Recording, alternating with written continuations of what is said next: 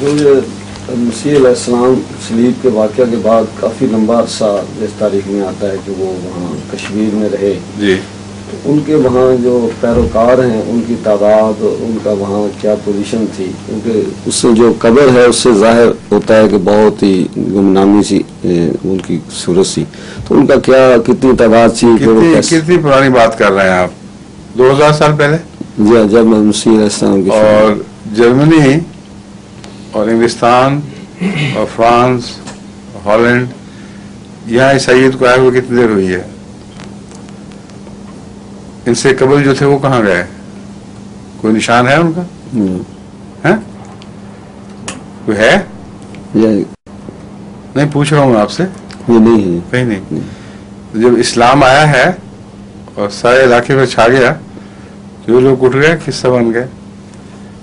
اور پہلے اس سے جو حضرت مسیح کو پہچانا گیا ہے وہ بدھا کے طور پر پہچانا گیا، کیونکہ حضرت بدھ نے اپنے بعد 500 سال بعد ایک ایسے بدھا کی پیشگوئی کی تھی جو فورنر ہوگا، اور یہی الفاظ ملتے ہیں ان کے.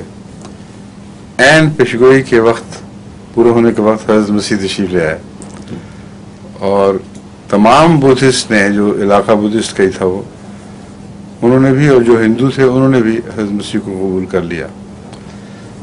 اس لیے وہ بدھا کہلائے ہیں وہاں. اور ابھی تک تبت وغیرہ میں جو پالی اسکرپٹ میں چیز لکھی ہوئی ہیں روایات، ان میں حضرت مسیح کا نام مسیحا اور بدھا کے طور پر ملتا ہے. تو جہاں تک مسیح لفظ کا تعلق ہے وہ بھی زندہ رہا ہے، یہ نہیں کہ مٹ گیا ہے، لیکن ایک غالب آ گیا. اب ہمارے ہاں حضرت مسیح موعود علیہ السلام کو ہم مسیح موعود کہتے ہیں. مہدی کا ٹائٹل بھی ہے ساتھ، لیکن وہ رفتہ رفتہ جماعت میں دب گیا ہے، اور مسیح موعود کا ٹائٹل شروع ہو گیا. اور حضرت مسیح علیہ السلام کا مسیح موعود کا ٹائٹل تو فوراً ہے، اصل جو اندرونی ٹائٹل ہے وہ مہدی ہے. تو بعض دفعہ فوراً ٹائٹل غالب آ جایا کرتا ہے. حضرت مسیح کی پوزیشن یہ تھی کہ اپنا ٹائٹل مسیح اور فوراً ٹائٹل بدھا تھا، اور وہاں بھی بدھا کا لقب ان کے اوپر غالب آ گیا. جب اسلام آیا تو انہوں نے، اسلام نے بدھزم کے ٹریس مٹائے ہیں کہ نہیں؟ کشمیر سے بالکل مٹ گئے ہیں. جی بالکل.